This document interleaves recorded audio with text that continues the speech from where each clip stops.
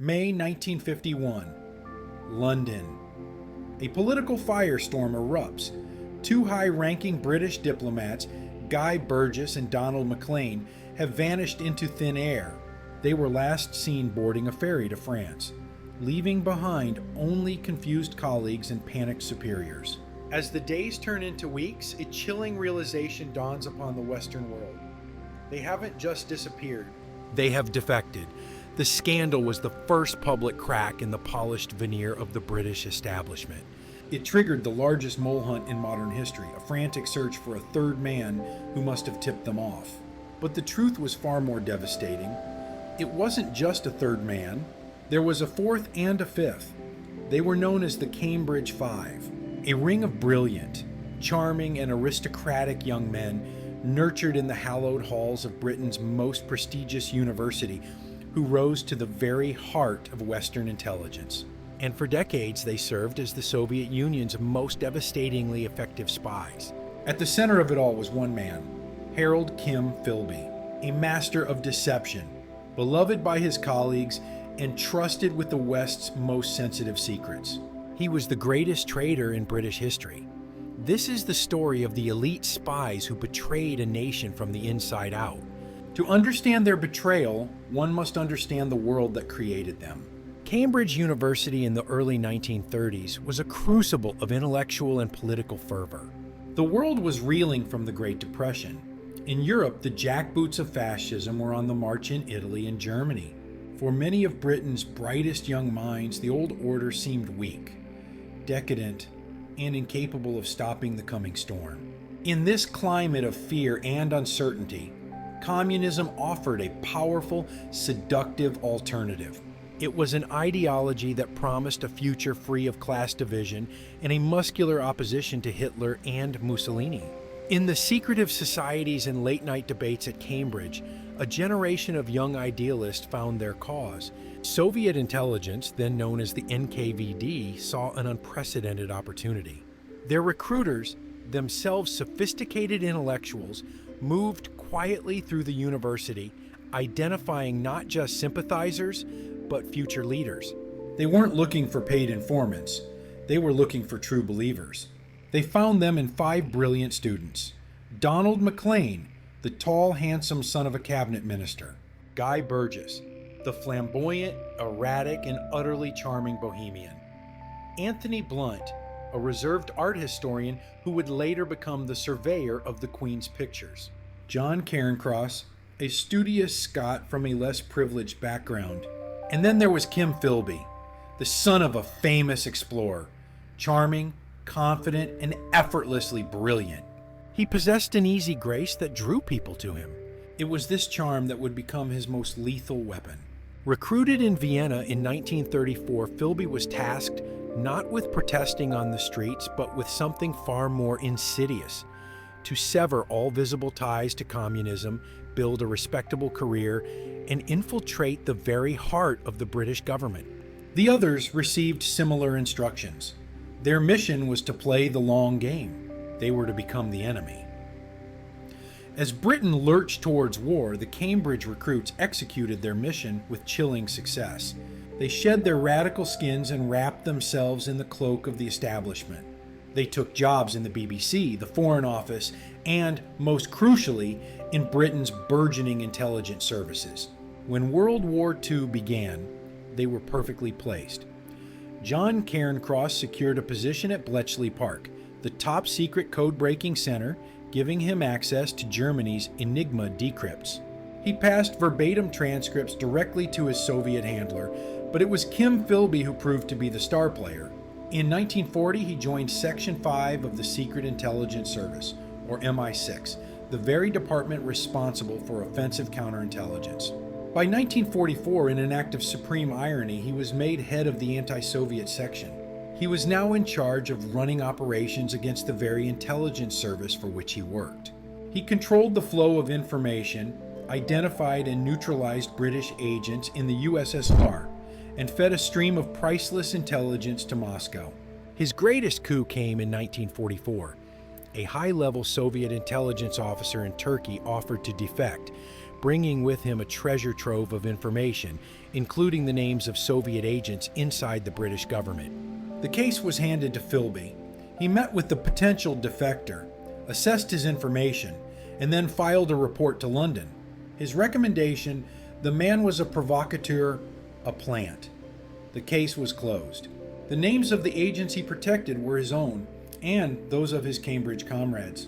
He provided intelligence so valuable it may have changed the course of the war on the Eastern Front. He confirmed to Moscow that Japan had no intention of attacking the Soviet Union from the east, allowing Stalin to confidently transfer battle-hardened divisions from Siberia to defend Moscow against Hitler's onslaught. To his colleagues at MI6, Philby was a rising star, a dedicated patriot. To the KGB, he was Agent Stanley, their most valuable asset. The end of the war did not end their work. It made it more important than ever.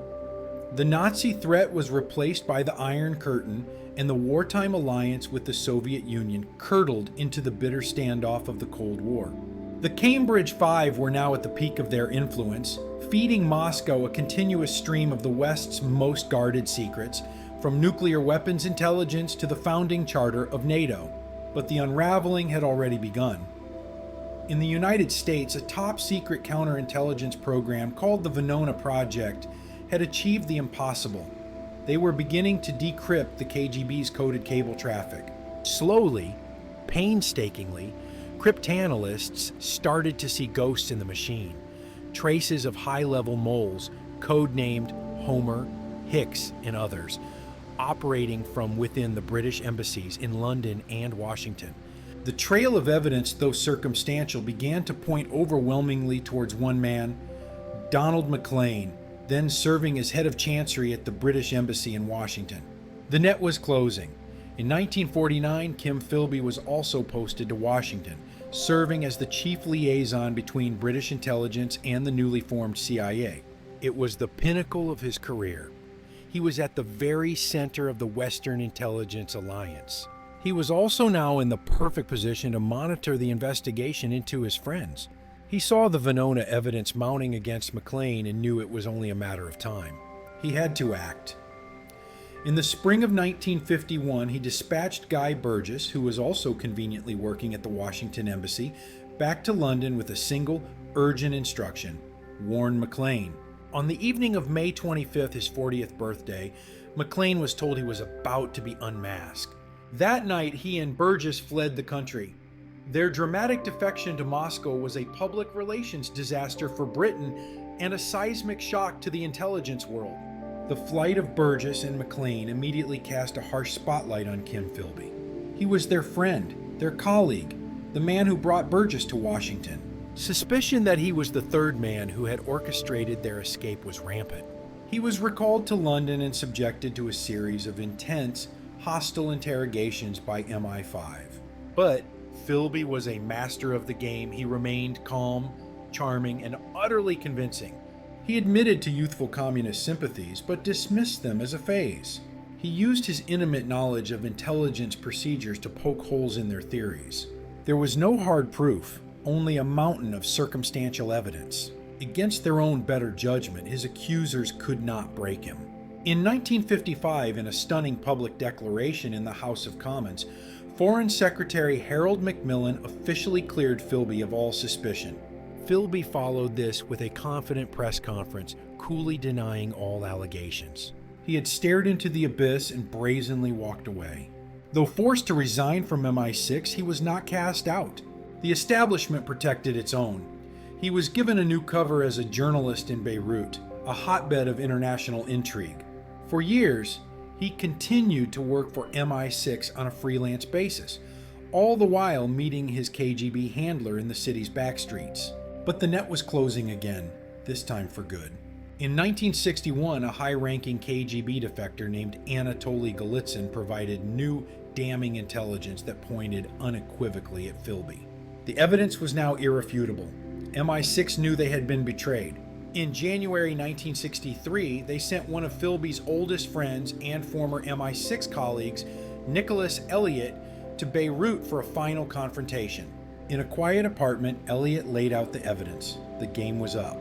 Philby, cornered and with no escape, confessed. He wrote and signed a detailed confession of his treason. Elliot believed he had secured the traitor, but Philby had one last trick to play. Under the guise of a formal debriefing, he asked for time to think.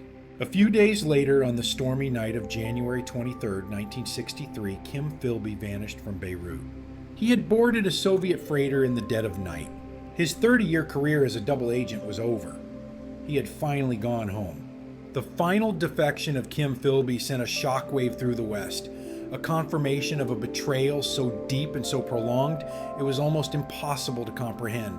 The lives and careers of countless MI6 and CIA officers were ruined, their trust shattered.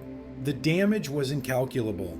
For Philby, Burgess, and Maclean, their new life in Moscow was not the workers' paradise they had imagined. They were celebrated as heroes but kept under watch, often treated with suspicion by the very system they had served. Burgess drank himself to an early grave. Maclean became a recluse.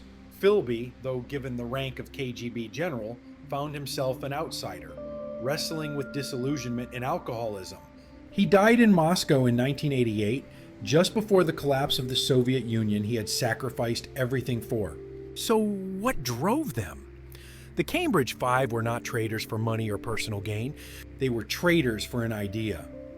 Forged in the crucible of the 1930s, they believed they were fighting a righteous war against fascism, and chose what they saw as the only viable side.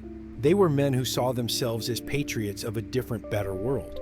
But in pursuing that ideal, they betrayed their country, their friends, and every oath they had ever taken. Their story is a chilling lesson in the power of ideology and the devastating consequences of deceit. It stands as the most profound betrayal in the history of espionage, a permanent scar on the psyche of Western intelligence, and a timeless warning about the enemy who comes not as a soldier, but as a friend.